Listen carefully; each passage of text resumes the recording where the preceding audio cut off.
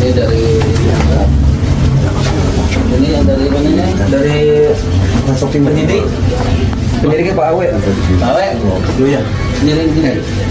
Ditangkap di Hotel George Sugama Halim, anak bos toko roti sedang nonton TV.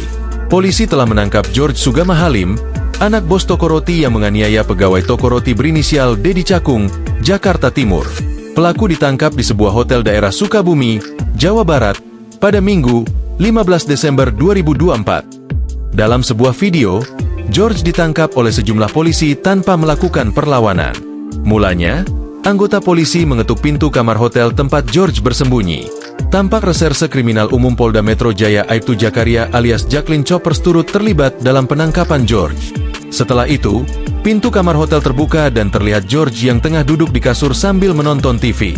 Ini dari penyidik. Udah paham George ya? Udah paham masalahnya?